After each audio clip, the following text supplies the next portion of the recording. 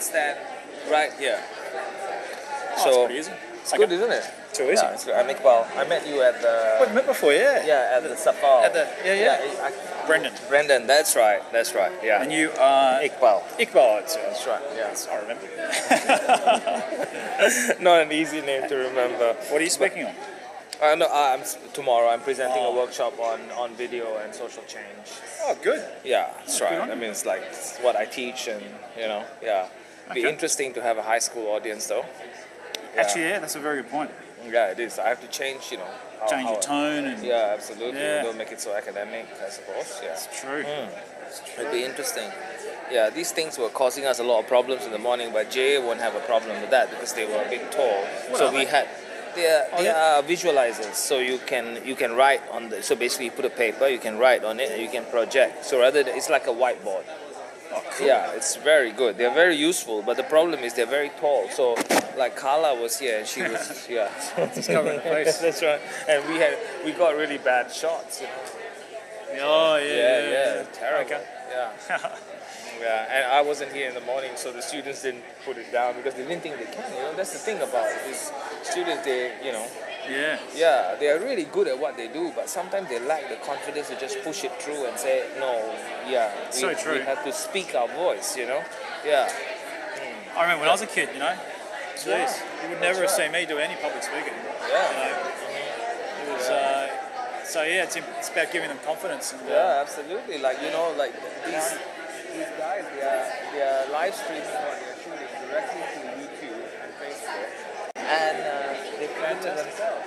So I asked the union, I said, how can we do that? They said, you got to pay someone $1,200 to come and be your consultant. And, they figured it out themselves. It's like, yeah. all they wanted was an internet cable. They got it, and that's it. Interesting. All right.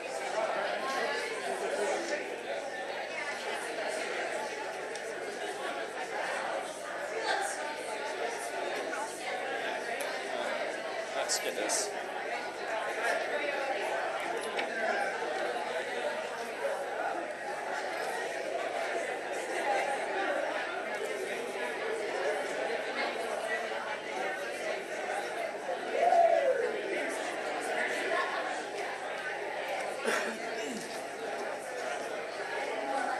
So yeah, now we're talking over here, you know that, right? Yeah. Alright, I'm gonna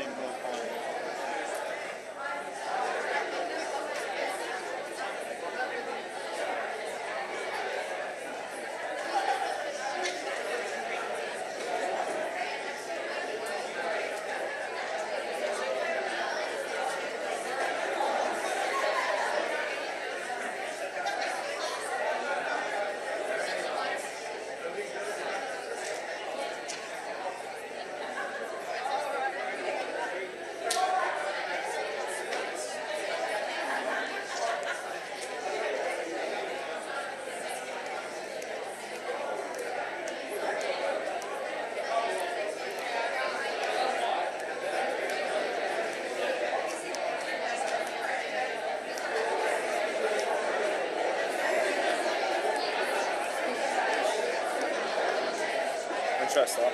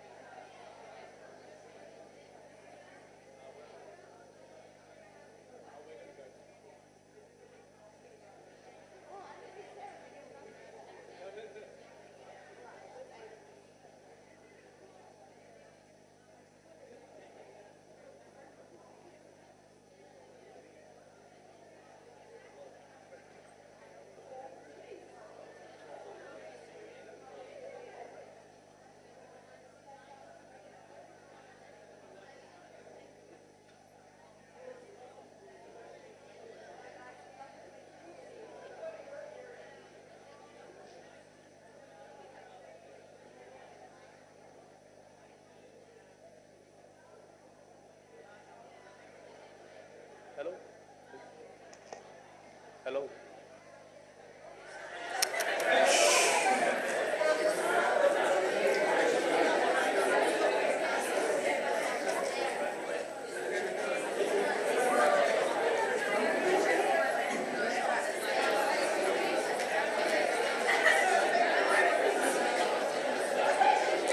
Okay.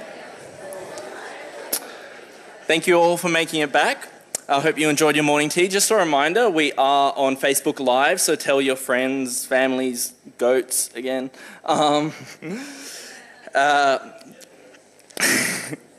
Next up, we have a series of presentations from our local esteemed political representatives, followed by a Q&A session with them. Many of you have already submitted questions. However, if something does occur to you over the course of these presentations or Q&A, please use Zeetings to submit or create a comment. Please join me in welcoming John Alexander, OAM, Federal Member for Bennelong, who has kindly agreed to present today and represent the Prime Minister, Malcolm Turnbull, who sends his apologies.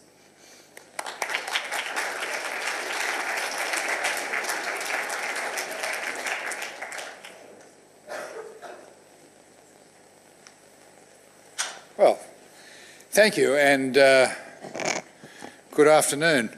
And I'm sorry that Malcolm couldn't be here. Can't be everywhere at once, although he seems to be at a lot of places sometimes.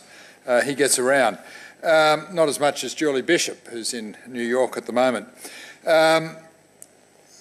Firstly, I'd like to acknowledge the traditional owners of the land, the Darug Nation, and their elders past and present. The member for Ryde is not here yet, Mr. Victor Dominello, but my friend will arrive. He's just nursing some wounds today, Victor, because he and I were bitter enemies in the tipping contest in the football, and I'm too modest to say who won. Actually, Daniel Savarino really won. He's the kid in my office who we work together on this. He's the expert.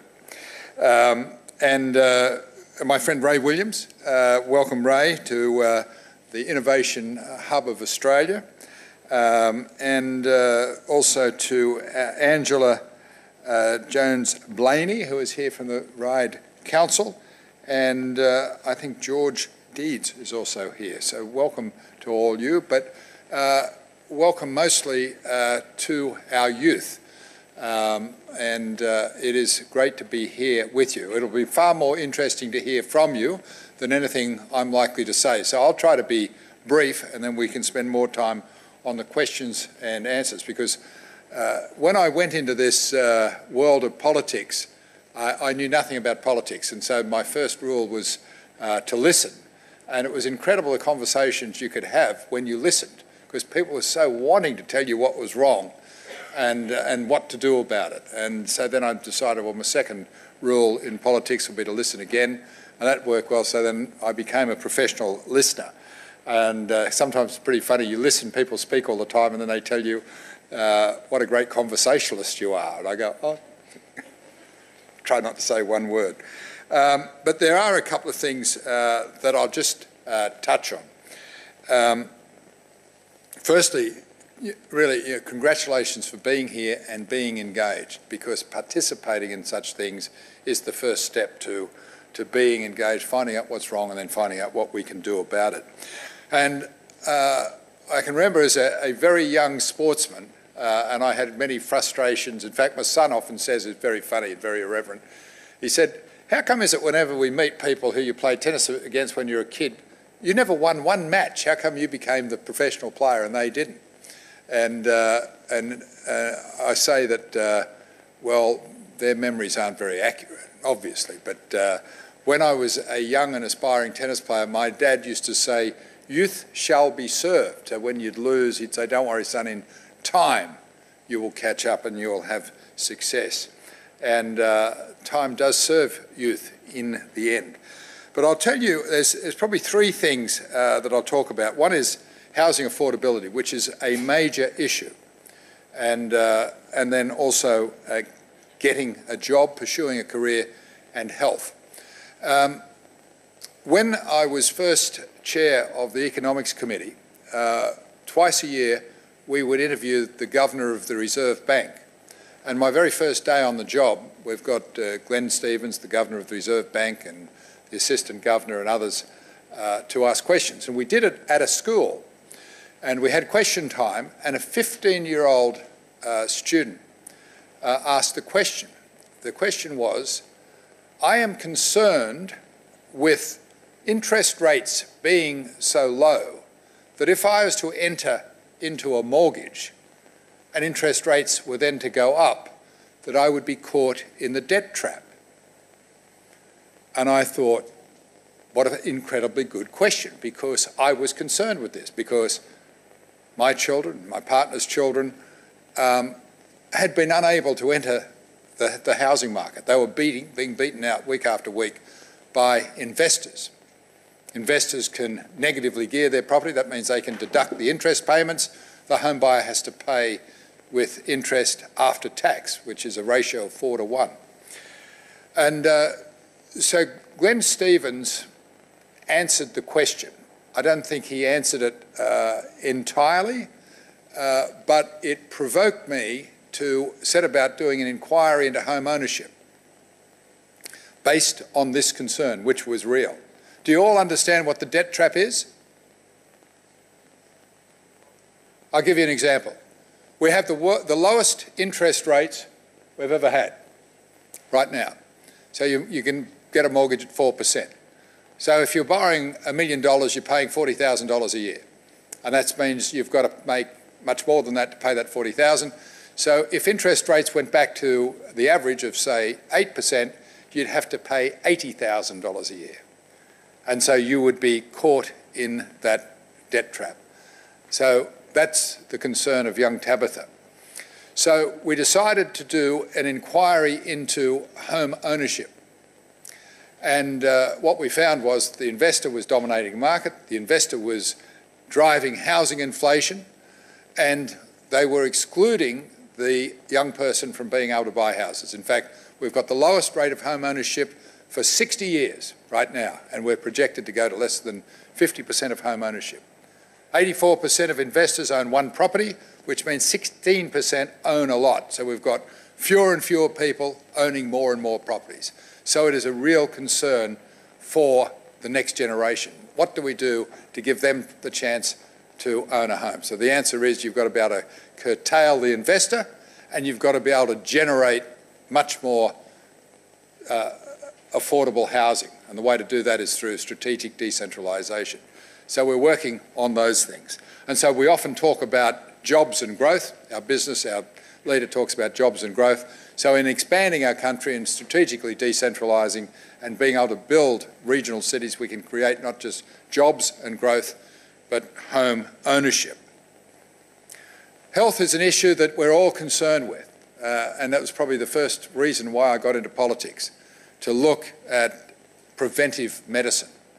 And health has 3 really basic fundamentals. Exercise is the best thing you can do for your physical health. It's also the best thing you can do for your mental health. And when you exercise or play sports with others, it's the best thing you can do for your social health.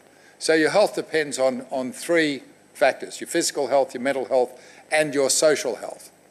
And so it's very important, doesn't matter what your career you're pursuing, that you have a balance in life and that you look after your physical, mental, and social health to keep that balance in life. I think that's really important. Often when we're young, I know we get one thing in mind and we want to pursue it for all we're worth, and we overlook other aspects of life. But you've got to have that work-life balance. So it's very important to pursue all those goals, fulfil your potential, as our previous Prime Minister would say, Tony Abbott, be your best self. But in doing that, you've got to first look after yourself. So my advice to all of you is learn to play tennis, and play tennis regularly with friends. That way you'll get exercise. It's good for your physical health, good for your mental health, good for your social health. There are other sports that you can play. Welcome, Victor Dominello. I'm too modest to say who won the tipping contest, but I hope that you will inform everybody. So I look forward to your questions later on. And I've told I've got 1 more minute, but I'm already done. Thank you very much.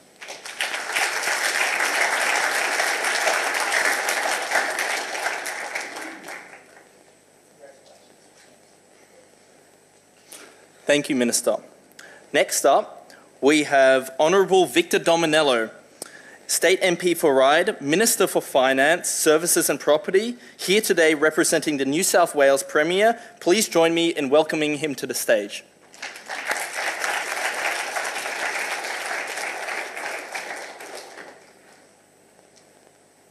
Well, thank you very much. Can I begin by acknowledging the traditional custodians of our beautiful land, pay my respects to the elders, both past and present. Obviously, I've got my dear friend and champ here in John Alexander.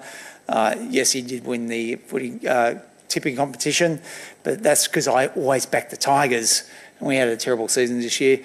And my other very good friend, dear friend, Ray Williams. So, and if there's anybody else I haven't acknowledged, I'll do so afterwards. It's great to be here. I'm representing the Premier of New South Wales, the Honourable Gladys Berejiklian, and she sends her best wishes to each and every one of you because she knows how important these events are, shaping our future leaders.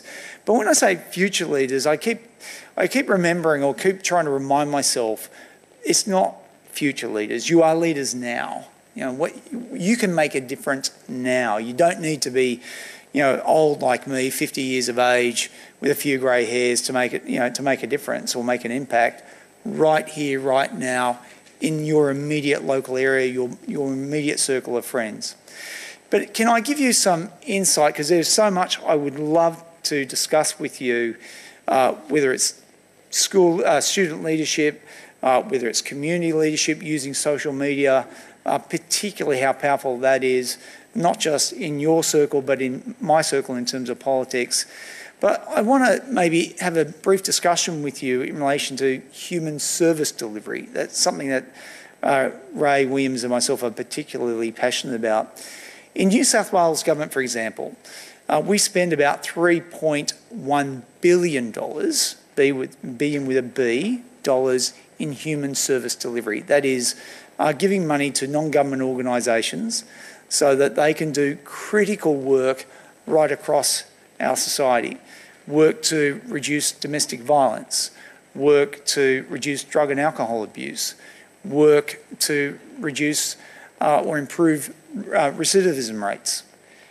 Critical work that makes a profound difference in our community. And if we can get better outcomes here, then we can get better outcomes elsewhere. But one thing we don't do well inside a government, and this is not a political comment because I think it's reflective of all governments, is that we don't get evidence. We really don't get the data that we need to make better decisions or informed decisions. So in your quest to change the world, can I strongly urge you to focus on that? Because when you need to make a decision, whether it's now, in the future, if you make a decision that's based on information that is thoroughly researched, that has got data, not just data that is a year old, 2 years old, 3 years old, but data in real time because the world is moving so fast, then not only can you make an impact on today, but you can also shape our future. As I say to people all the time, how on earth can we change our future if we can't even measure today? And you will be constantly trying to shape our tomorrow, but you can't do it unless you have information. And governments always struggle with that. But in our digital age in 2017, we are rapidly moving towards that digitalisation process. And that's going to help people like you, not just today, but rapidly into the future, particularly as more and more of you become stronger in your leadership capacity and you have a greater impact in our society. I don't know how much time I've got. Do I have much more time left? Is there a timekeeper here? I've got 1 minute. I'm going to take my mate's lead and stop there and look forward to some questions later on. So thank you very much.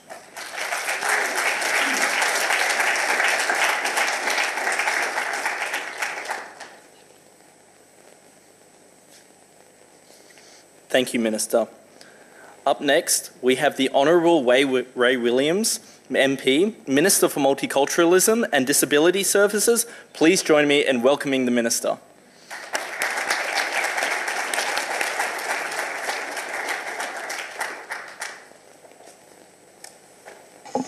Thanks, guys. It's great to be here. Can I also acknowledge the traditional custodians of our land, and can I particularly acknowledge our local member, John Alexander, who has already spoken, and my ministerial and parliamentary colleague, Victor Dominello. Making it happen. It's great to be here, and it's important to get your feedback, and I'll just brush on that a little bit more. It was interesting when I heard us announced that we were going to be listening to some of our esteemed political leaders. I actually looked around. I was there with John Alexander, and I said, which ones are here? Because we don't necessarily think of ourselves as being esteemed political leaders. I think if you look at our backgrounds, John, myself, and Victor, we certainly didn't come from esteemed backgrounds. We don't consider ourselves to be very, very esteemed. We consider ourselves to be pretty average, down-to-earth people that pride ourselves on engagement. For governments to develop policy, to make change, to implement infrastructure, it's just so important that they engage. And I think our government does that very well. Sometimes we get criticised for not getting the right outcomes. You can never make everybody happy, but it is so important that we do make every endeavour to engage. How difficult that is when you have people from another generation trying to adapt policy on behalf of young people. And as the Minister with responsibility for youth, I think that's ever so important that we make every endeavour to ensure that your feedback is taken on board and is used importantly to influence government policy. So how do you do that when you guys are younger than my children and I'm an old guy up here together with the rest of our esteemed political leaders? We have in New South Wales our Youth Advisory Council, and I think there's some members in the room. Yeah? Hands up. Great to see you guys here. Fabulous. And I should put a shameless plug in for the fact that nominations are now open until the end of September to be a part of that Advisory Council. The Advisory Council, while providing feedback, come from a broad range of our diverse communities and areas, and I think that's so important. So from rural, regional areas, city areas, and as I said, a broad range of our cultural diversity. Those guys get together and they're terrific at developing up policy on behalf of you as to what we should be listening to. Putting in place strategic plans which are then implemented across our government agencies to ensure that we are making those decisions, that we are embracing those ideas to influence policy. And there's a couple of areas which is very, very important, and Victor in particular, who had my role previously, will remember things such as Youth Frontiers. Youth Frontiers is a policy that we fund, and I'm very, very proud of an aspect of that Youth Frontiers that focuses specifically on problems of youth, and in particular youth suicide. That's something that's very, very close to me. And I know we here today and we're concentrating on all the positive aspects of life, and I don't want to get away from that. But you know, the last thing you want to see is a precious life lost, and unfortunately that does from time to time. Through our youth policies and through Youth Frontiers, we have got strategic approaches digging down into schools for people within the ages of 12 to 16. When principals and teachers see young people in their schools that might be a little bit socially isolated, might be bullied, might be a little bit of racism, a whole range of aspects, they can recommend that these policies be implemented in their schools, where we have a mentoring program which reach out and work with these young people, and it has been incredibly successful to date, to the point where of the 50 schools that program has been running in, we haven't lost one young person yet.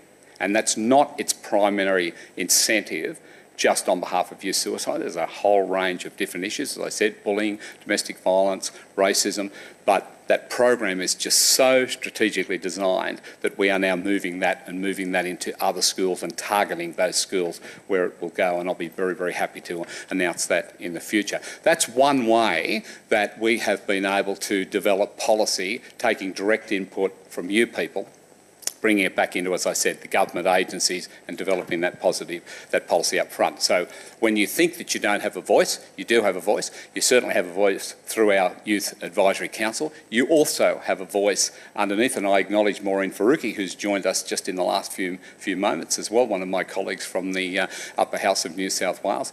But importantly, that policy is being implemented in our agencies on behalf of getting better outcomes for you guys. I do understand that innovation and technology is very much a theme of here, and as an oldie who certainly didn't touch a computer until I was 36, I know that would come as quite a shock to people. Windows 96, none of you were born in this room. There may be some amongst you, there may be some teachers and tutors, but Windows 96, and I tell the story about my first initiation with computers, and thank goodness for children and young people, because my son at the time was 11 years of age, and here we are with our new computer. And as the kids would go to bed at night, around about 8:30, 9 o'clock, remembering that they were about 8 and 10, my wife and I would indulge ourselves on the computer, and we would screw the whole thing up. Let me tell you, no idea whatsoever. There would be windows open everywhere, and after about an hour and a half, my wife would say, well, what are we going to do now? And I say, oh, I don't know. And she said, we can't go to bed and leave it like there's going to be, we've created a problem, we've got to fix it up. So we'd sneak in and wake up my son at 11 and say, could you just come out and just help us? And he'd just go, fix it up and close it down, and we'd all go to bed, live happily ever after until the next night. And Mum and Dad would get out there again, start dicking around with the computer. This went on for about 3 nights until I woke up my son this one night at 11 o'clock. And he's, Dad, will you and Mum just leave the computer alone? I said, OK, never going to touch it again. And we didn't until we learnt some more, so we didn't wake him up in the middle of the night. But this was our introduction to technology, things that you think that we're so old-fashioned. We had our first mobile phone in 2003. It's just not that long ago when you think, look at where the world has moved, look how far we've come in such a very, very short space of time. But as Victor quite importantly recognises, it just plays, innovation and technology plays such an important role in our lives these days. And so great to be here, great to be amongst you guys, great to see with the ideas that you will come up with and the issues that you will discuss. And as I said, anyone interested in being a part of the Youth Advisory Council, those nominations are open until the end of September, but also don't feel that you cannot provide information through to the advocate for children and young people, who I think Andrew Johnson is going to deliver some important information this afternoon. Andrew's done an absolutely wonderful job in getting out and discussing one-on-one issues with around about 15,000 people, although that was the last time I spoke to him, so maybe that's increased from now, and I think that's important. It's one of the ways that the government is trying to engage with young people, but today's forum, very, very important, and great to be a part of making it happen. Well done, guys. Thank you.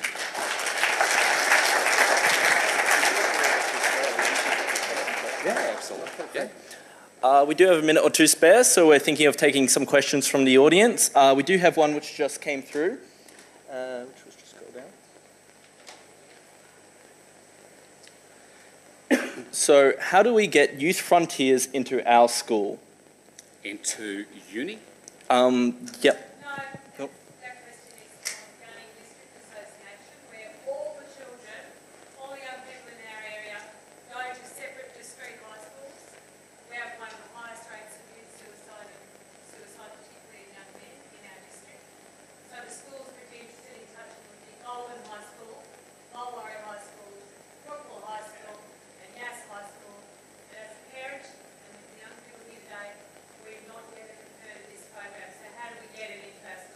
Yeah. Look, it's a great question. Can I give you my card because I'm just about to. So one particular program that is undertaken has been very, very good, and that particular program is the one that I want to expand.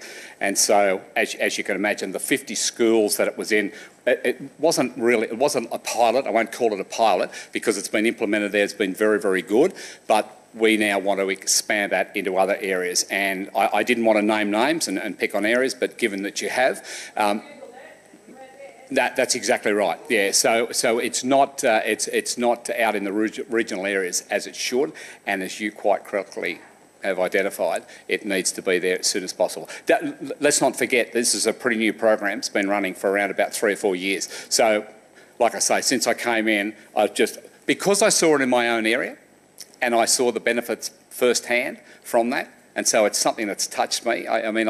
We pride ourselves in, as we say, getting a bit of dirt under our fingernails. We actually like to go out. We just don't sit in an ivory tower and implement policy on behalf of you people and expect you just to gobble it up. But we go out and actually have a look on the ground. And so I saw that firsthand in my own area, saw how important it was, and so I want to expand it, and we are. But it's also about going back to my treasurer and getting some more money for that program to make sure it gets out there. But if I give you some details and a card, I'm happy to take that on board, and I'd really appreciate your feedback. But importantly, it does need to be out there. I love the tweets, by the way. I sit back all day and just watch that. Someone tweeted when they were talking about housing affordability, I'm just going to stay home with mum and dad. And I thought, yeah, I'll bet you are too. We do have another question? Yeah, absolutely. So how are we able to gain full-time employment if we need 10 years of experience for most jobs in the first place? So how do you think getting experience? How are you going to get full-time employment if you need 10 years experience? Well, all right. No, happy to answer that. When do you think is a good time for you to start employment as a young person? Age in that? Do you have to be super qualified, have degrees behind you? Can you do a casual job while you're at primary school? Could you do something while you're at primary school? Yeah? Well, let me answer it for you first. Let me just tell you a bit about my background, growing up on a farm. Right? Worked every weekend, worked before school, worked after school. That was in primary school. All I've ever known on the land was to do some work, help my parents, run the business, go to school. School was part of our life, but our farm and our family's business was very much a part of our life. So work, to me, was almost like an escape away from the farm. If I go into work for someone else, actually get away from the family business for a while. So I think it's that work ethic that you build up. I love to see people, and I don't want to characterise anyone, but I love to see young people when they're working in Macca's, right? It might sound a bit too simple and a little bit too dumb. Let me tell you, in a later life, when you finally go to get a job and you've got on your resume that you did 18 months or 2 years at Macca's when you're a young person, let me tell you, on behalf of that boss, you got half a leg in the door already. Because of the discipline, because of what you learn, the fact you've got to get there on time, you've got to work to earn your wages, right? It's all about education and discipline in your life. So I guess what I'm saying is that I don't think you can ever be too young to start contributing not only to society, but aren't you contributing to yourself by undertaking employment? I say to people, don't look at this and judge me by the suit that I'm wearing, the position that I hold at this point in time. I have done some of the worst jobs that you could imagine. Shoveling out horse stables at the age of 8 or 9 on behalf of my family's business. Let me tell you, that's not the most pleasant job, but you did what you did. Growing up, stacking 10,000 bricks a day. Even though I was a qualified tradesperson, I couldn't earn anywhere as much being a qualified tradesperson as what I could stacking 10,000 bricks a day onto pallets. Yeah? Did I want to be stacking 10,000 bricks a day? I'd rather be using my qualifications than that. But it was good quality dollars, and I had a young family. I was raising that young bloke who was teaching me about the computer later on. So I stacked 10,000 bricks a day, right? Bent my back, been a panel beater, worked on heavy vehicles, started to advocate on my own area to upgrade a road by the name of Windsor Road. Someone raised that earlier about how important that was in 2000, how bad the road was, how desperately we needed. And all of a sudden a political party said, mate, we think we could use you. you've got a big enough mouth, you should be inside the tent in a party, advocating on behalf of our area. That led me to council, that led me to politics, that led me to being a minister here. It's a long road, but by geez, there was a lot of job that took place in my experience to get me where I am today. So I suppose that's a long way of saying, how do you get full-time employment? Well, it starts with casual employment and working your way up. That's enough from me. Let me answer some of those hands up that are up there. Just feedback on the farm thing. Maybe rural young people does, but my parents don't have a farm.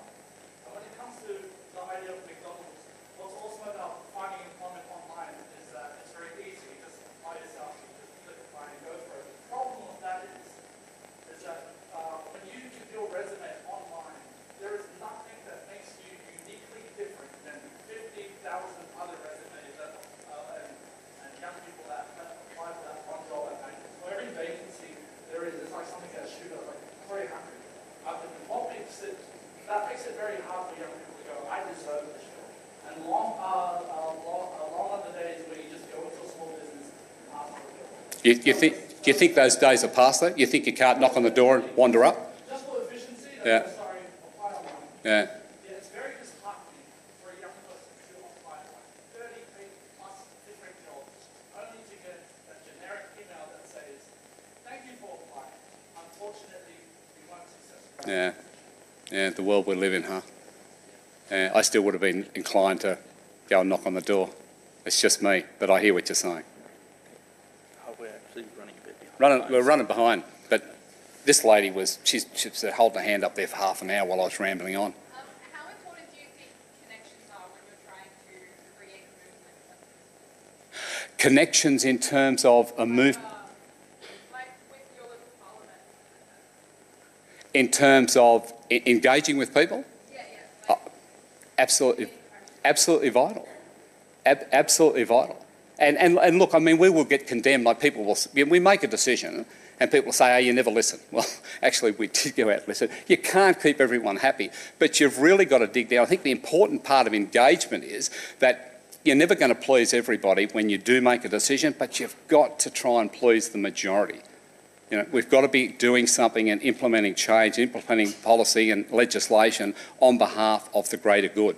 And sometimes we get condemned about that. I mean, look at the lockout laws. I mean, we'll always get punished about that. The interesting thing about the lockout laws, and I'm going to shut up in a minute, I'm getting a nudge under the table here. One thing I'll leave you with the lockout laws, when we came to government in 2011, one of the biggest issues that we faced prior to the one-punch deaths that we saw was teenage binge drinking.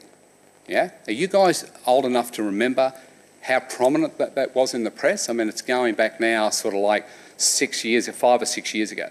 Teenage binge drinking was out of control, which led to young people pre-fueling, going to the city, wandering around the city, throwing punches, right, which ultimately led to those devastating deaths at that point in time. Now, we got punished because of the lockout laws, but there was part of a 10-point plan that we put in place. One was to stop the advertisements that you saw about Mad Monday with the footballers and getting up to all their antics, going into the dressing room and the cricketing room after they'd finished a test and all the guys were boozing and carrying on. Those ads on TV that you saw with Dad standing around the barbecue, and he's saying to his 7-year-old kid, go and grab Dad a beer with you, mate. And so there was this complete cultural change which needed to take place. And I've got to say, very, very proud, even though the lockout laws were part of that, it was part of a broader plan to change our culture about what we grow up. It is not acceptable to, just pour grog irresponsibly down your throat. We all like a drink. We are a country who like a drink. Nothing wrong with having a drink responsibly. That's all we ask people to do, to be responsible with what they do. And at that point in time, so if you go back and you check that out. So I think that's important, like I say, and we engaged broadly when we implemented those policies, but we've sort of been slammed from another aspect of some of the lockout laws. I hope that answered your question a little bit. I'll get off. Thank you. Thank you so much. Thanks, guys. Please join in. Thank you.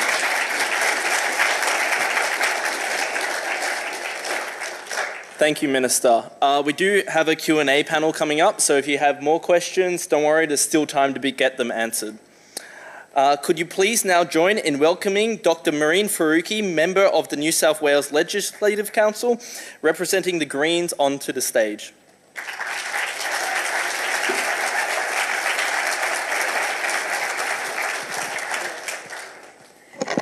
Hi, good afternoon, and hello, everyone. By the way, love those questions on climate change, and happy to answer them later as well. I'll actually start by acknowledging the traditional custodians of the land we gathered on and pay my respects to their elders past and present. As you know, this land always has been and always will be Aboriginal land.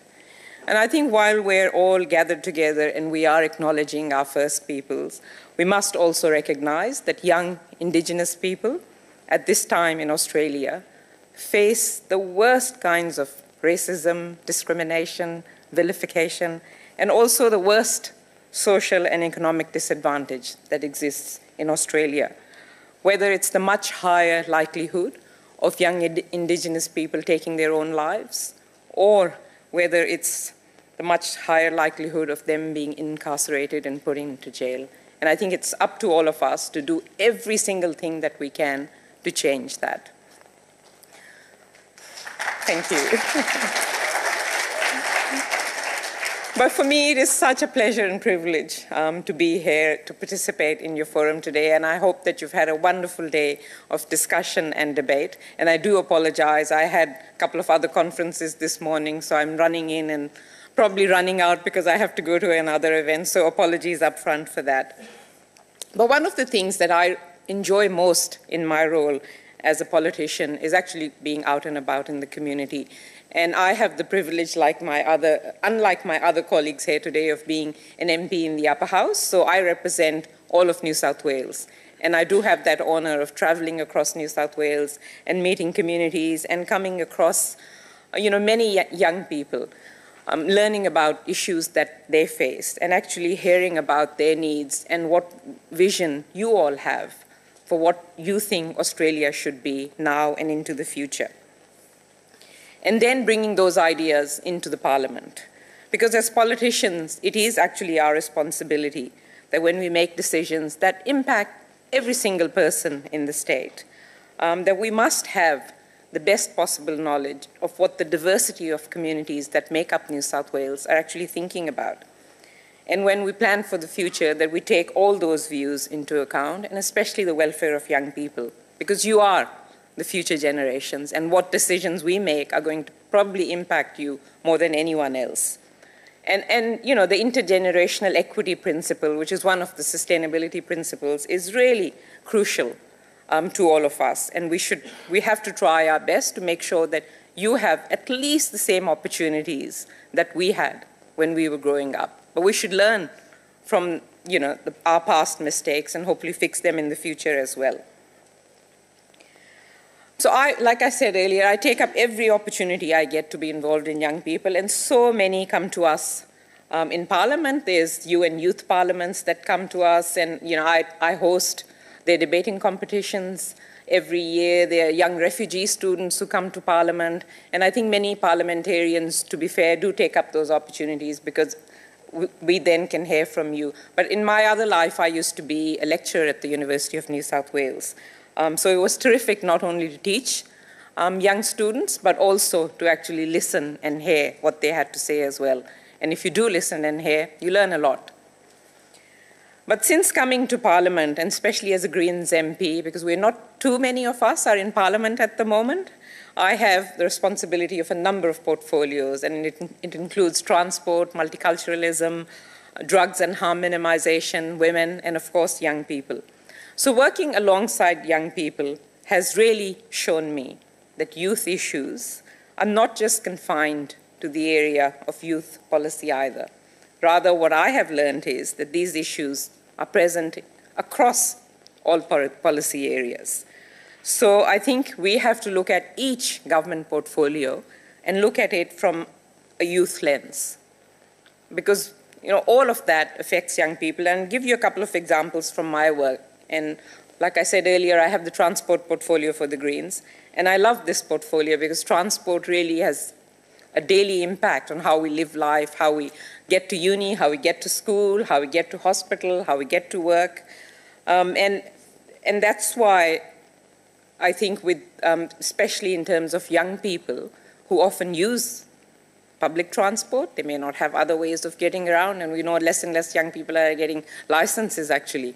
I have a son living at home. Both my kids are in their 20s and they do live at home, and I think there's nothing to be ashamed about that either. But one of them doesn't want to get a license. He wants to use more and more public transport, but we know that often it is not available everywhere in Sydney, and there are areas, let's say Western Sydney or other areas, that are disadvantaged because of transport. I think Ray was talking about lockout laws, and the violence that sometimes happens at night because of alcohol. And when you look at some of the other cities in the world, they have 24-hour weekend public transport, which really helps young people to stay out, enjoy life as well, and then get home safely. So that's something that I've been pushing for some time as well, because we do need to improve lives for our young people, and that's one way of doing this. And in one of my other portfolios, which is the status of women, over the last 4 years, some of you may be familiar, I've been running a campaign, quite a strong campaign, where thousands of people in the community came together to change the Crimes Act and actually take abortion out of the Crimes Act, because in New South Wales, it's one of the 2 states left that still happens. And if, it might not seem like a youth policy at first glance, but, what can be really more basic to the quality of life of young people and women than the availability and accessibility of a reproductive health service? And during the campaign, I must say, I came across so many young women and really strongly feminist men as well, who, the women especially used to talk about the shame and stigma about talking about abortion because it was in the Crimes Act. So they would tell me that their voices would drop when they were sitting around in a group and talking about abortion. And I mean, we have to recognize that, this is not the 1800s, this is not the 1900s, this is the 21st century. And we have a right to full bodily autonomy. We should have the right to talk about these issues really openly, and we should not have to be ashamed of them.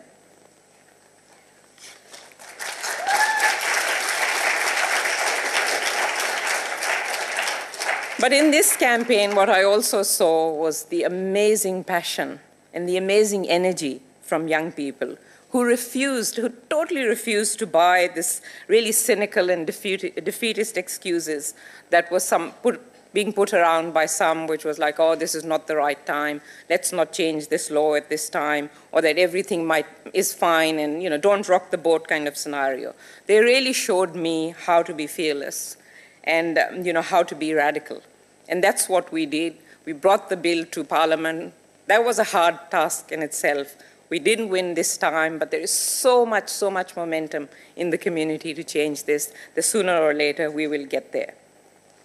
One thing that really annoys me is this narrative around young people, which says that, our young people, they don't really care about anything. They're completely disengaged. They're so self-absorbed, so self-obsessed. They think they're so entitled.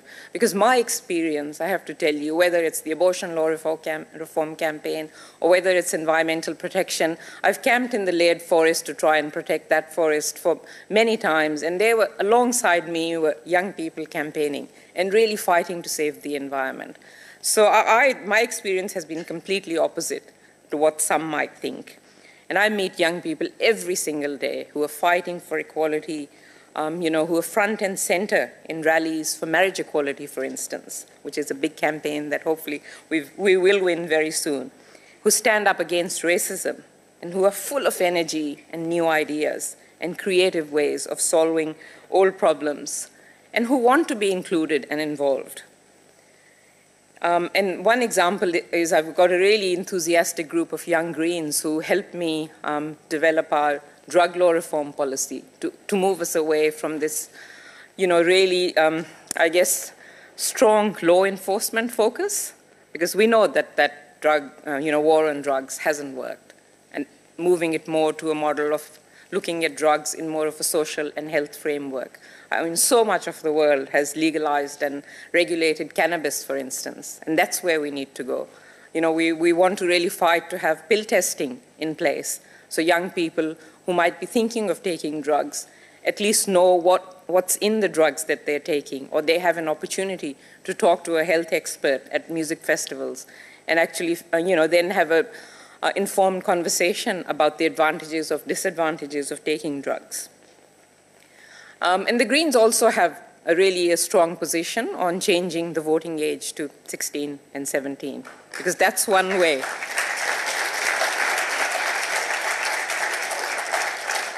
That's one really easy and important way of changing the face of politics, making sure that you all have a say at every election, whether it's local, state, or federal government. It's also sadly undeniable that at this point in time, young people are being screwed over.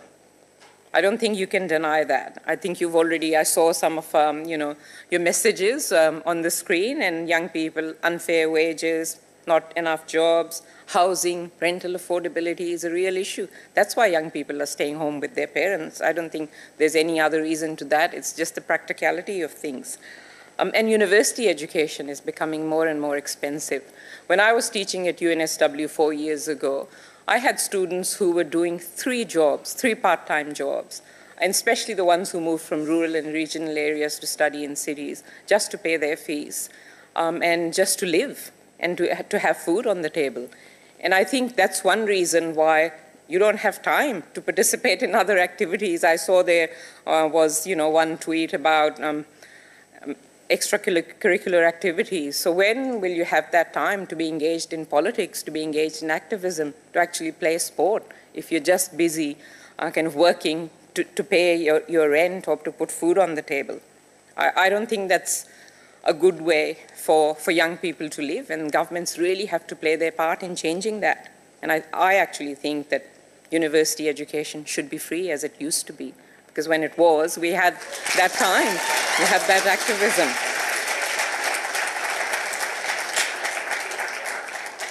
And, with climate change as well, we're all well and good because we aren't feeling the impacts of climate change now. A little bit, but not too much. But you all, in the next few decades, will have to face the harshest brunt of the impacts of climate change. And that's something that I worry about a lot. And my kids remind me every day and tell me that you have buggered up the planet. Your generation have buggered up the planet. So I do, I do try and convince my colleagues here in the government to wean themselves off coal and invest in renewable energy, and I'm sure that we will get there one day soon. And one thing, and I'll finish in a couple of minutes on this, one thing that I have been mulling over a lot in the last some months is this rapidly changing area of technology, automation, and the increasing sophistication of artificial intelligence. Because on the one hand, it really excites me. I'm an engineer by profession, and it really excites me to the possibilities of what that can do. But on the other hand, I also am concerned about research that shows that because of artificial intelligence and automation that will be coming more and more online, there will be thousands of jobs that we currently have and see that will be displaced. And I don't think we're thinking enough about it.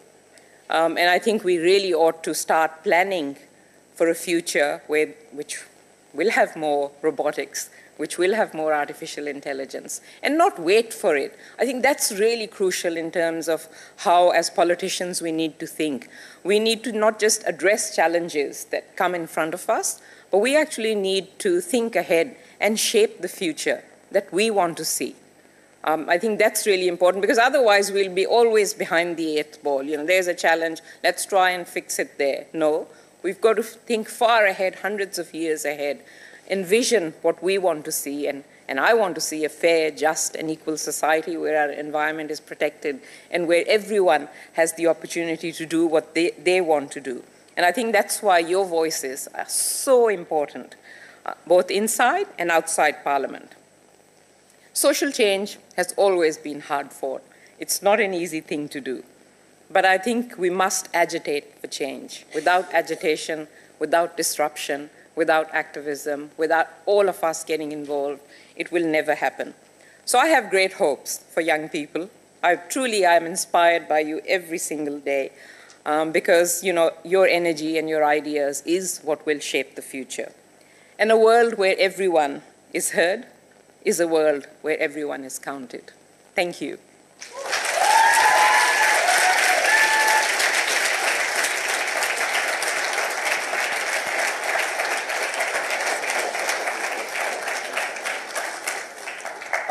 We have received a question prior to the conference for Dr. Faruqi from the Inner West Council. So where's the Inner West? Where's the Inner West Council?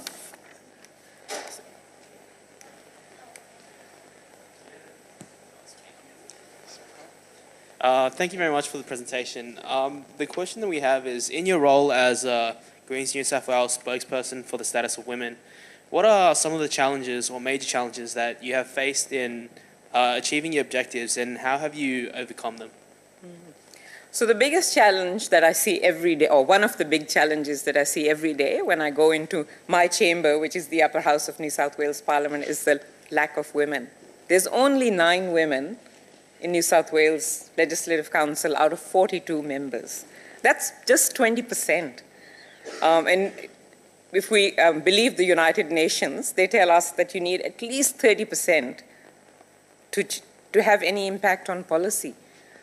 So I think, again, in 2017 in New South Wales, to have so few women in Parliament is, I don't know, it's just terrible. And to change the challenges that women face, because we do face more challenges than others in every single aspect of life, we need the numbers to get up. But it's not just that even, it's the diversity of people in Parliament as well. It's the diversity of women that doesn't exist in Parliament. But I've talked about abortion law reform. That's one of the campaigns that I've been running. Domestic violence is another issue. We know that the pay gap is huge between genders. So there are many, many challenges. We have come a long way, though I don't want to sound hopeless here either. We have come a very long way from 100 years ago, but there is a much longer way to go. And if you, I think it was the World Economic Development Forum that came out with a report last year that said that at the current pace that we're going, parity between men and women will be reached in another 100 years. Now, I'm not at all willing to accept that it'll be 5 more generations before men and women are thought about, equally.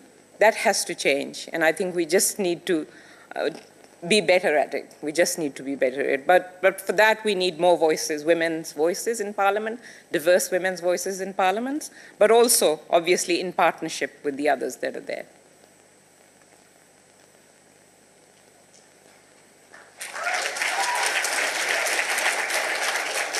Please join with me in thanking Dr. Faruqi one last time. Thank you so much. Thank you. It was wonderful It was to be here. fantastic. Thank you. Thank you for coming.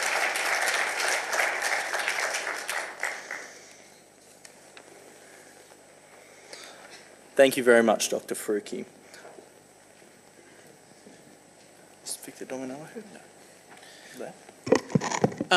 So next up we have the political panel, the political Q&A panel. Unfortunately, the Honourable Victor Dominella has been called away on urgent business, so it's actually just going to be the Honourable John Alexander.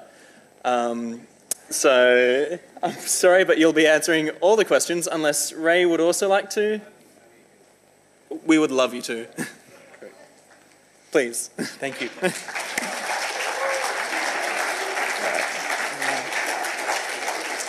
I'll just do this. So just another reminder, you can use Zeetings to comment in real time, as you've all really wonderfully been doing. Some great questions and some great comments up there. So the questions we've got pre-prepared, we'll ask first. And then if we've got some time at the end, we'll ask all other questions from the slides. So first up, we have a question from the Inner West Council. The question is, in what ways can young people be empowered within our communities, and what power does our demographic wield regarding advocating for social change?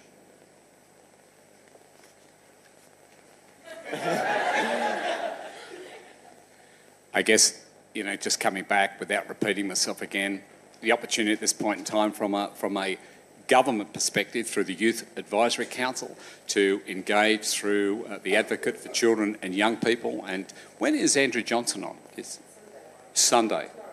Yeah. So, like I say, he's done a really good job reaching out, but there are forums and there is opportunity there for you to engage directly to be able to influence policy. And I guess, from our perspective, that's something that hasn't been available before, and it was an initiative of our government, especially the Advocate for Children and Young People, and in particularly the Youth Advisory Council, which is well represented, and the opportunities are there to apply to be on that particular committee at this point in time. Yeah, Ray, I agree. Look, it's engaging, being involved, talking, listening. I could give you any number of examples, but there's a young man who works in our office, Daniel Severino, and he had done a little bit of voluntary work. He assisted with our campaign. He manned the pre-polling by himself every day, which was a big job. And a strange thing happened just after the election. My senior advisor got a job offer that he couldn't refuse. It meant much more money. The young man that was working beneath him got the job above, which left this job of community liaison open. And Daniel got the job. He got the job because he demonstrated he was hardworking, honest, reliable, and most importantly, he laughed at my jokes. And still does. And he's the guy who won the tipping competition, by the way, so he's my tipster. But more than that, we have engaged with our young Libs, and we had a massive gap. We had people over the age of 60 forming a very large part of our branches, and we had some dynamic young Libs. And the older generation were set in their ways, and they weren't enthusiastic, and they weren't engaging with the real issues of the day. The young people were. And interestingly, Jordan Lane has just been elected to council, and there was Megan Meany, who just missed out, but was involved and therefore will be in council. But there was 4 or 5 young people who stood for council, 2 or 3 got in.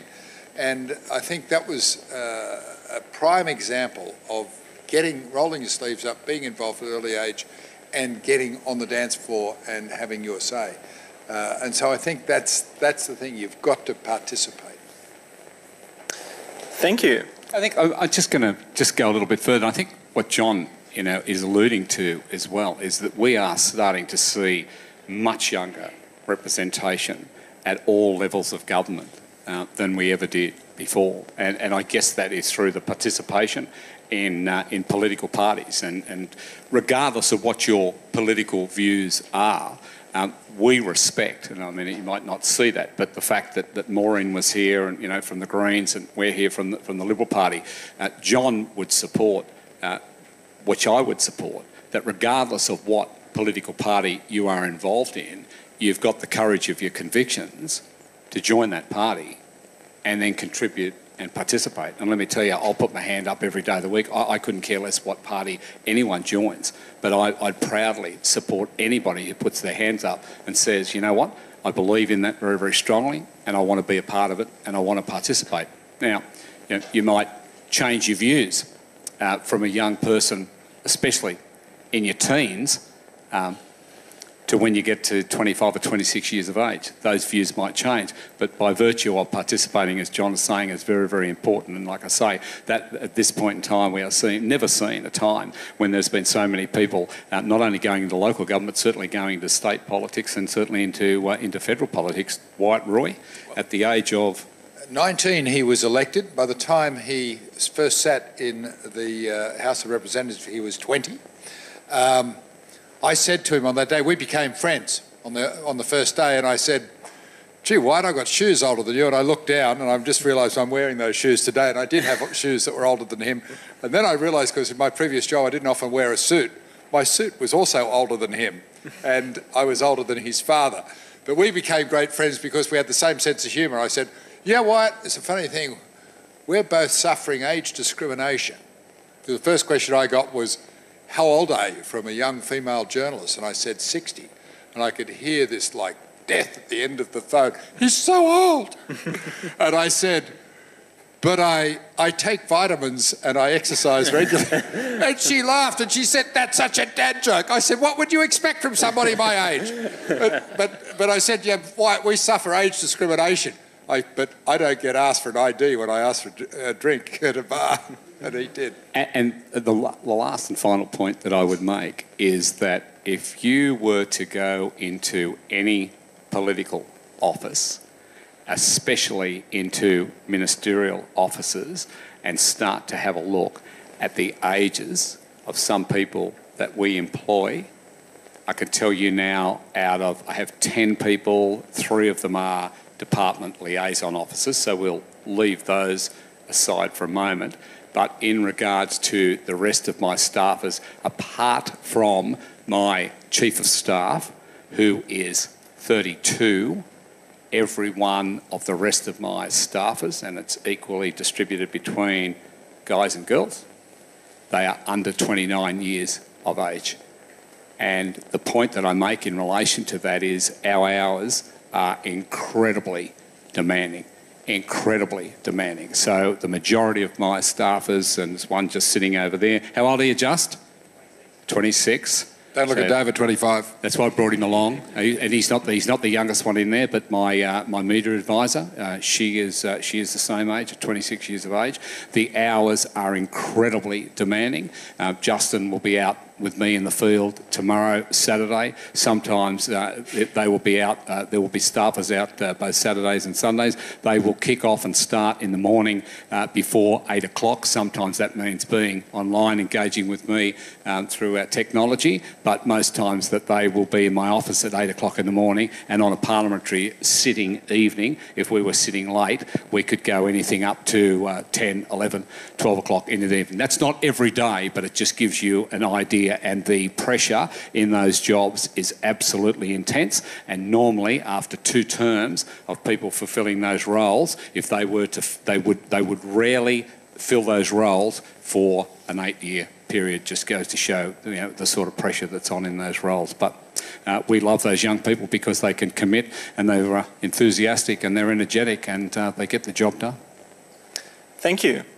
Next up, we have a question from Wollondilly Council. Is Ruby here? Yep. Could someone give Ruby a mic? Thank you.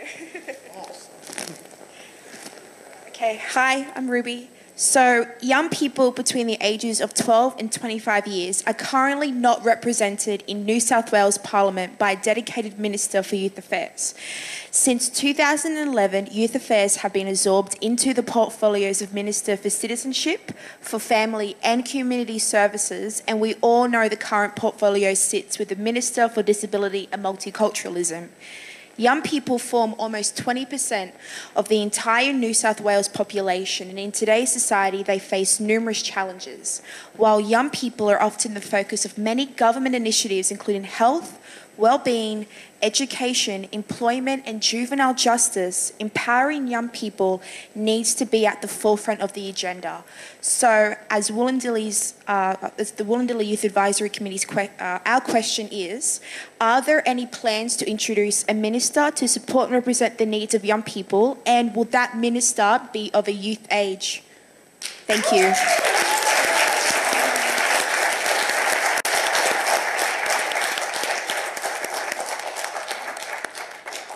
I guess in the future, that certainly will happen. But whether they'll be 12 years of age, I'm guaranteeing that the voting rights are not going to be brought down to 12 years of age. So you've got to kick that up. Would someone be inspired enough to get elected, at 18 years of age when they're legal at voting age? maybe our young Liberals kick off at 16 years of age, so there's a chance that that could probably happen in the future.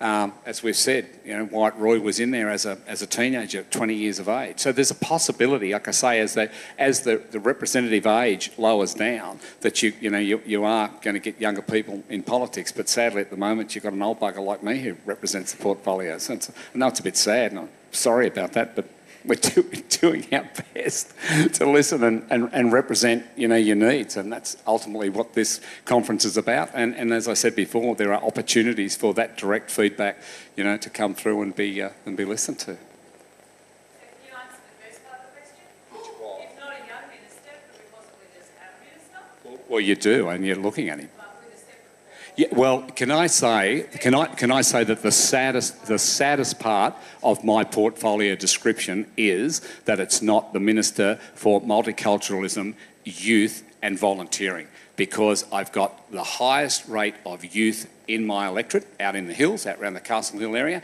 and I certainly have the highest rate of participation in terms of volunteers per capita in this country. And I'm as proud as punch to represent both those portfolio areas, but I'm really sorry but that they are not within the portfolio title. So will there eventually be, will that eventually be part of the portfolio title? Will there be divisions? Working on that at the moment.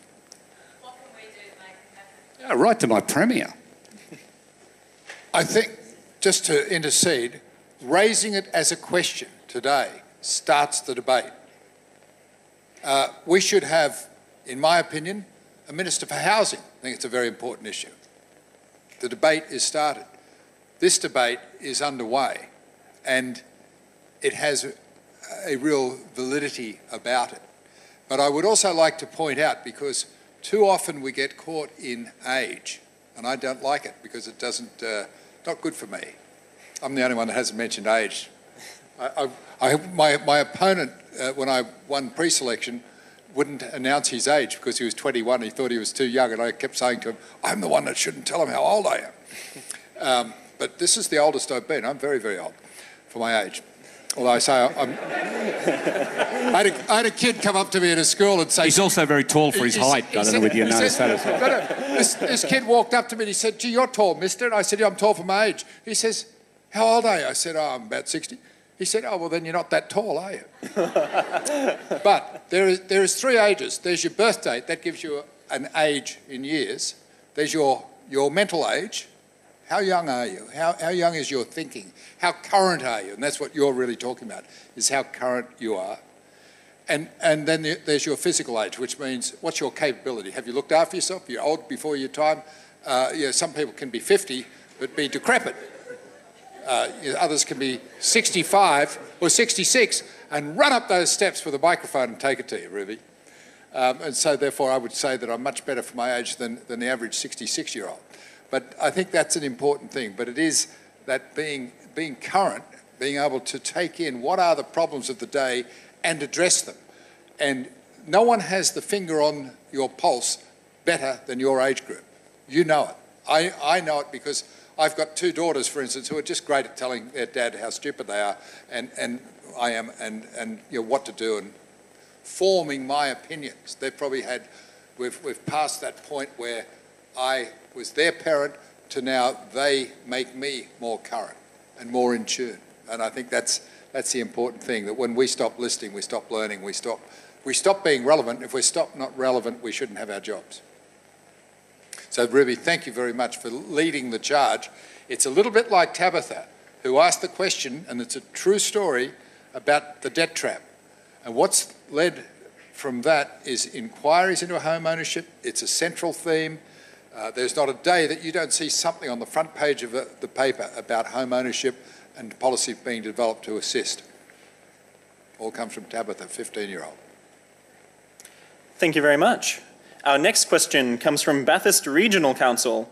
The question is, what would you say to young people about their very real concerns around struggling to find employment, save and afford the cost of living in today's economy?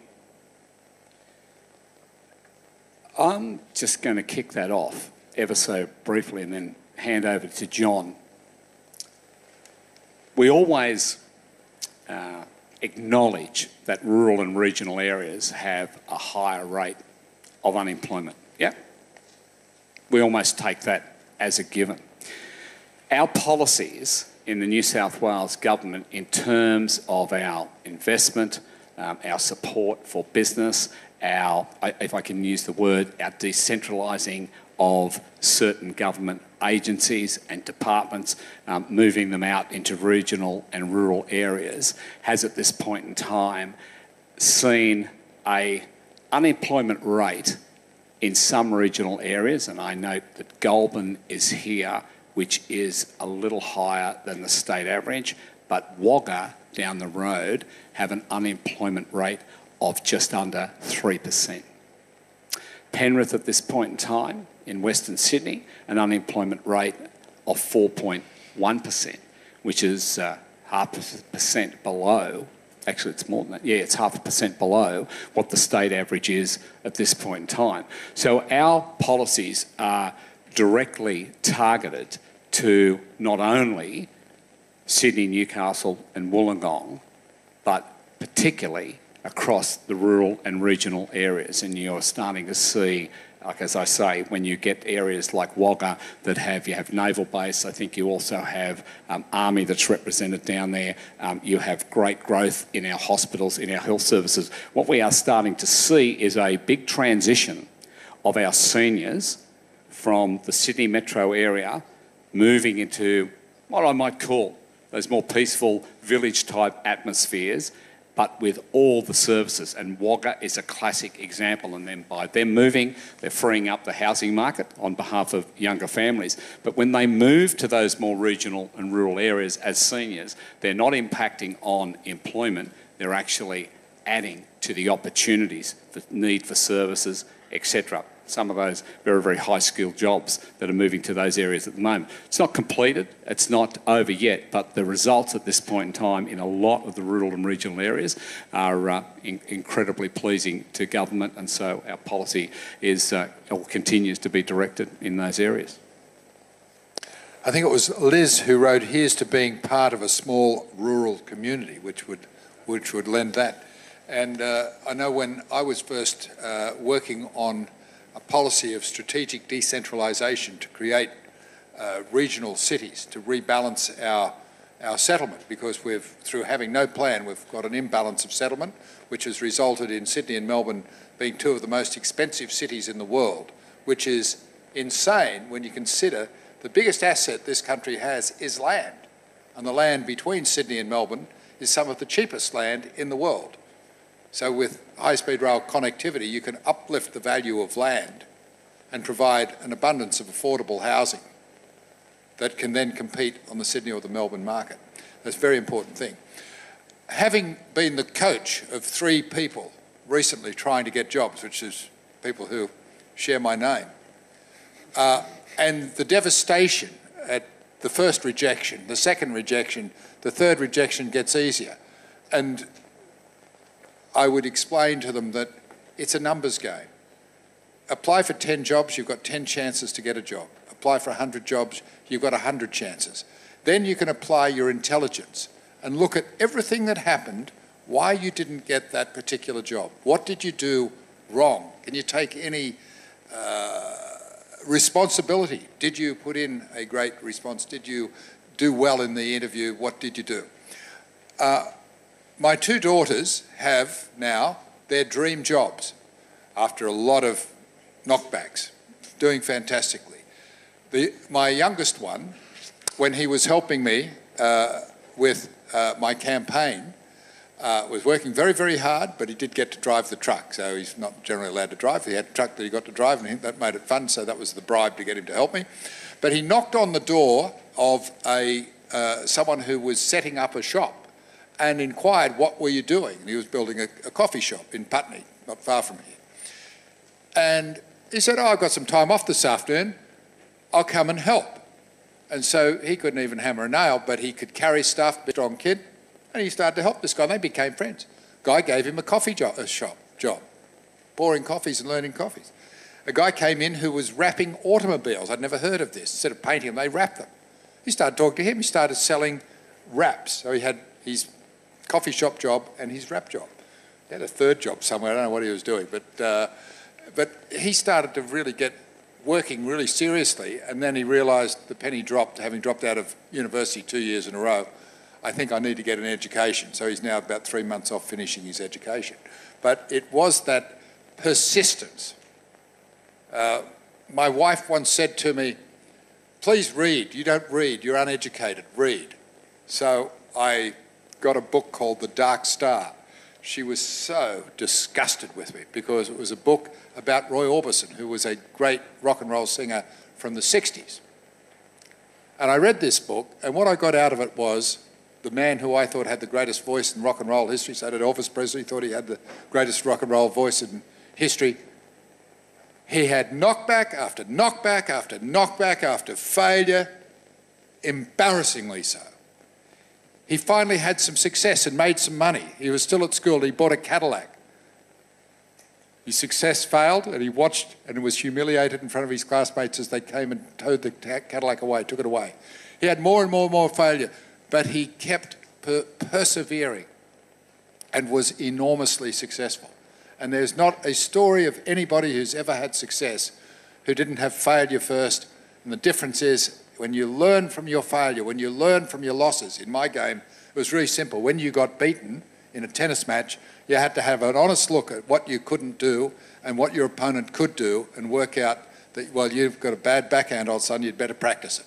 And I had a dad who was willing to feed me balls onto the backhand until it became adequate. There are those who said it was never really adequate, but it got revived. But that's the lesson of life, is persevere, learn from your mistakes, take responsibility, and get back onto your field of endeavour and try again to evolve into your best self. Great message. Thank you very much.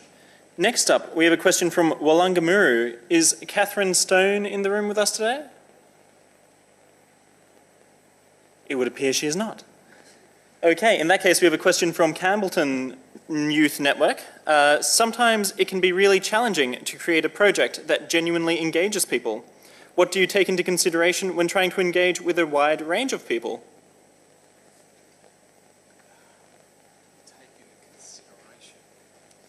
The first thing I'd say is, Ray, you listen. You've got to learn what the problem is before you try to give it an answer. I think at a previous budget a few years ago, the federal government came up with a bunch of savings measures, and it was totally rejected, and we nearly lost government as a result of it. And we were told that we gave answers, but nobody knew what the question was. And it showed that while we thought we had engaged, we hadn't listened, we hadn't then shown that we understood what the problem was, and then looked publicly and transparently at the options that we might have to answer these problems, and then to explain why we're choosing a certain option. I've been involved in a number of inquiries, and I think inquiries are the best things to do because we gather evidence from the public and from experts. It's public inquiries. We then determine which evidence is reliable. So we verify it, and we call that findings. And then from the findings, we make recommendations with the Secretariat, with independent people, as to what the course of policy should be. And it's a very, very brave government who wouldn't take that advice, but it's a totally transparent and engaging way of conducting business. And I think that's something that we should promote a little bit more often. We're still waiting the response to our latest inquiry, so we'd like to hear that shortly. It's about 3 months overdue. And many of those inquiries from both levels, both state and federal government, are public inquiries and take on submissions as well. So there's, as John has quite correctly said, it's about listening and taking on board those and that important, and sorting the wheat from the chaff, I guess, you know, is a simple analogy, you know, making sure that you're getting the right information and then going through and assessing it. But even when you do that, even when you do that in our position, once again, you will make a decision. And that's what leadership is about. And all people will not agree with that decision. If you cut funding in some areas, you'll upset people. Increase funding in other areas, you know, it has to come from somewhere. You've got to balance budgets. You've got to be able to live within your means. So it is about listening and acting on good advice, but inevitably we'll be liked by some and not by others. Perfect. Next up is a quick fire round. So for each of you, in 5 words or less, can you answer the following questions? The first one from Gunning District Association. What is the best way to create funding opportunities for our projects and ideas? 5 words or less. Ask government for a grant. And there are many, and I'm just going to elaborate quickly. You can't, a politician can ask government for a grant, and there are lots of them. Okay, so there are lots of available grants that are out there, and so you should explore that and look for that, because they are. Value capture is sustainable funding. 5 words.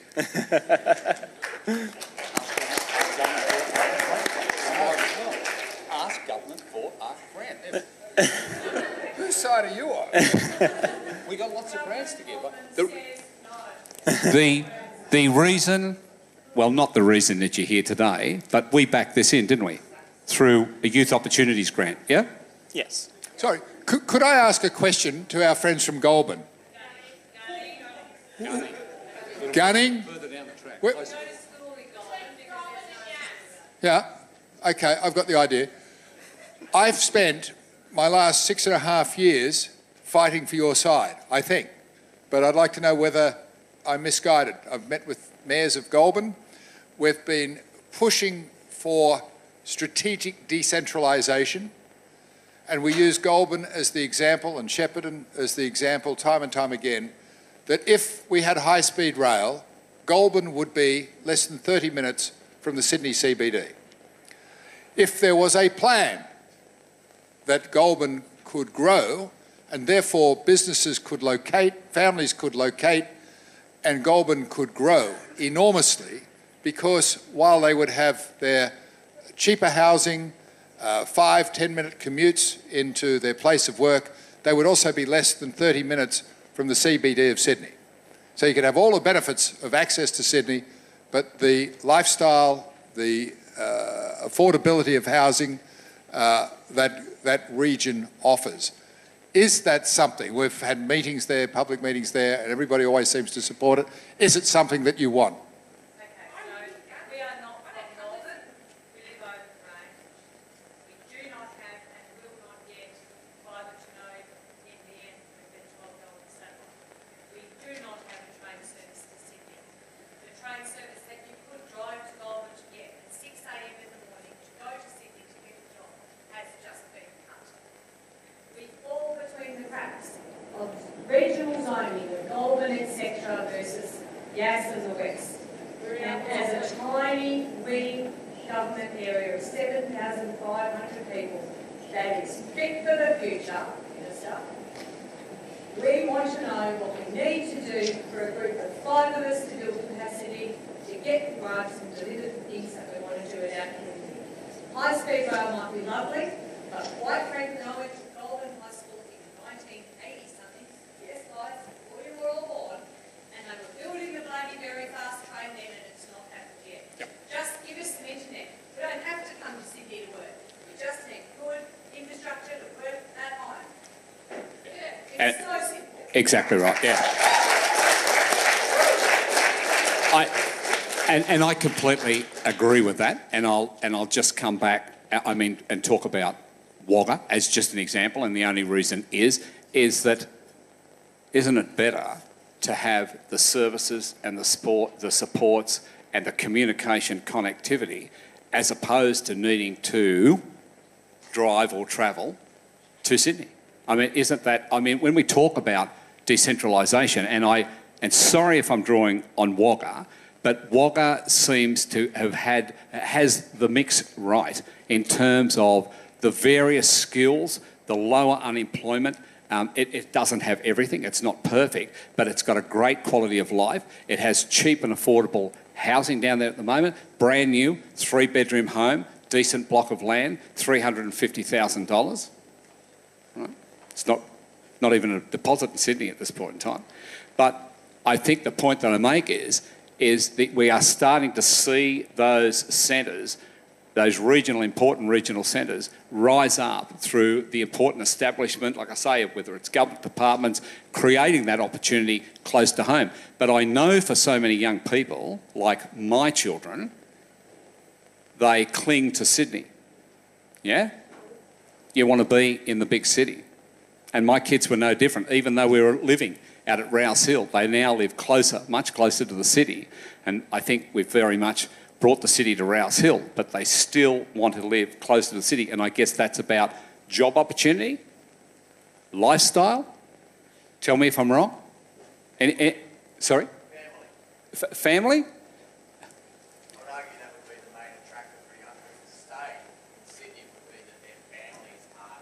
Well, why do young people want to move from the bush to come to the city and move away from family?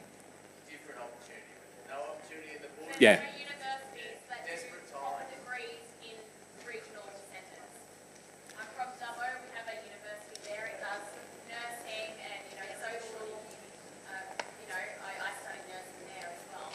But the reason we've lost so many youth council members is the fact that as soon as they turn 18, there's no unis out our way, so they have to move to Sydney or Newcastle or Wollongong. Right. And then they get the opportunity to do jobs out that way, rather than, supporting, why not have a great university out our way? You'll keep people in the country and you'll have jobs out there. Tell me what then, you can help me, tell me what Charles Sturt's got, what are opportunities that are there? They've got a teaching, nursing, social science, just the usual, very basic. They haven't got Right. medicine or anything out there. Yet they do have, they have the internships for medical professionals who are in their last year of university. They get taken out to the country to spend, a couple of years, and then they pick up again.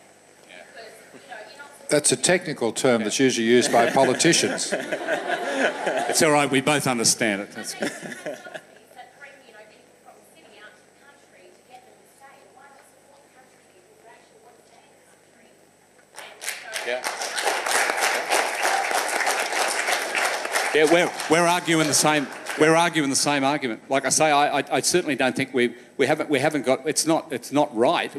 But we're working towards that at this point in time. Like I say, and I think that great leap forward is the fact that our unemployment rates are dropping in those regional areas. So it's proof in the pudding, but it's not perfect. But it's a work in progress. Just one little comment. The Inland Rail that's just been announced, the $12 billion freight rail from Melbourne to Brisbane that goes perilously close to Dubbo, goes through Parks, is, and following on from a task force that I headed up called Sustainable Cities, is that cities need a critical mass. And if they don't have that critical mass, they need a city within a short commute to augment, to give that whole critical mass. One of the issues that we have been painfully aware of in the last few months since the announcement is that there has been incredible wild speculation on lands around the cities that will be linked by this freight rail. So, for instance, Parks is likely to be a real distribution centre.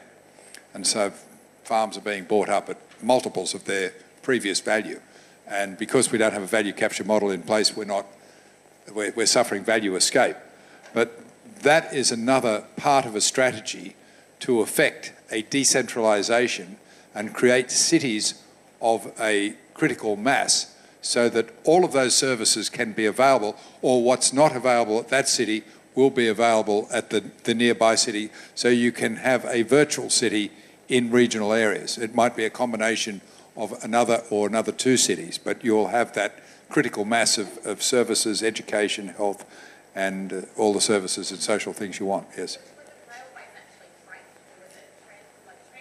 No, it's a freight rail, but it's sorry, I may just have zoned out, but how is that giving opportunities for people to stay in the country? Because the existing freight line goes, the one that goes east-west goes from Sydney, goes through Parks. Now there's going to be one going from Melbourne in the south. Melbourne's a little town down south, through Parkes and to Brisbane. So Parkes becomes a junction. There's an airport there. There is the opportunity to have a freight airport, but it becomes a distribution centre, an enormous business of... and.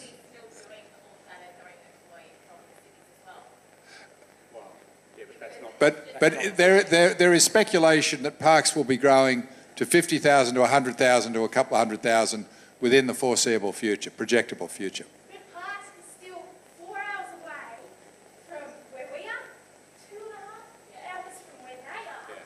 Yeah. We have to travel 4 hours for our local shopping. Aldi's, simple, common groceries, 4 hours away From? Hobart. Oh, yeah. 3.5. It's just the isolation. Like you say, going to public transport, that's a bus to get to Dubbo, train to Sydney, and you're still spending 10 hours getting here. Tyranny of distance. But It's the tyranny of distance. Yeah, I understand that. And look, I don't know. I don't know that you can. I mean, apart from saying to everybody, I move into a closer regional centre, and you'd say straight away, I don't want to do that. I want to live where you live. Okay, you know, and that's also that's an argument in itself. Exactly right. Now, if you're forced to live in those areas, well then ultimately people are looking for the services. I get that as well. So it's a bit of chicken and egg in terms of people and then supplying services. Is there a line there, Cobo? Is that right? Unfortunately, we only have time for one more quick fire question, so I know, and I'm very sorry to everyone who's got their hands up and who have had their hands up for a long time. I'm sure the ministers would be more than happy to be contacted by email or by their normal means of communications, but just in the interest of time, we have one more quick fire question submitted by Bathurst in 5 words or less. What is the one characteristic you believe every leader should possess? We'll end on this high note. That's easy. Yeah, honesty and integrity. I could do it in 3. So, honesty, integrity, and listening. There you go. You get the 5.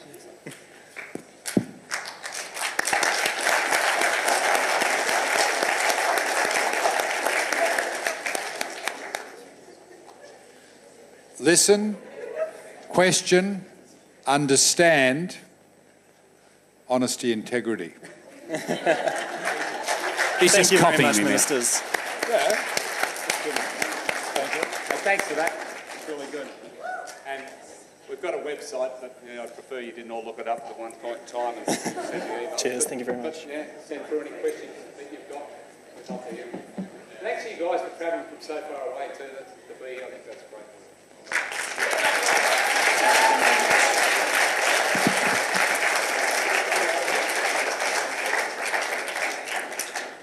Well, that's all the questions we've got time for today. Can you please join me once again in thanking our political representatives for their times with us today.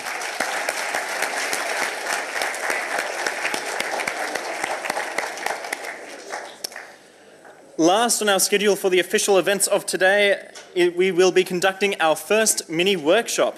Before we break into our groups, I'd just like to go over the plan for this evening. At 5 p.m, the official activities for the day will end and you'll have free time to explore the area, return to your accommodation, bury a bread basket, really whatever you want.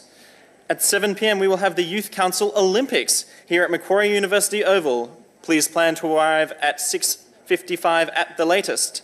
For those of you travelling from your hotel by bus, please be prompt as the buses will not wait.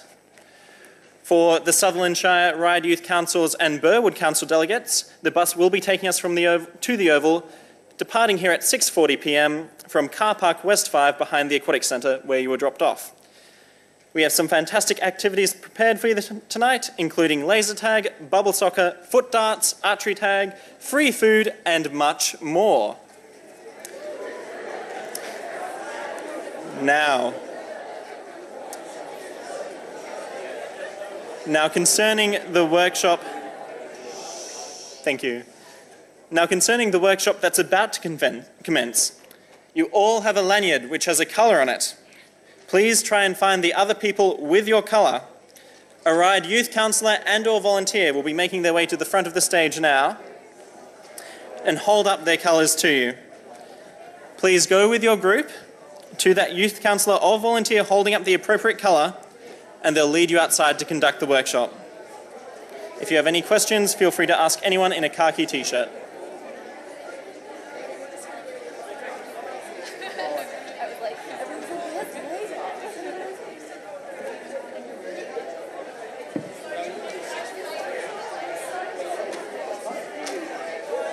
We've got some bags up there. Will it be fine just to leave them there? Because they're I'm actually Or should we put them there? so Also near the chairs, the so best we're going to place. be doing the activities outside, Oh, so it's but fine. we're going to bring everybody back in here. They can grab their stuff, and then they're actually going to be heading back to the hotels. So just here's So we'll just fine. take- Perfect. Great, thank you.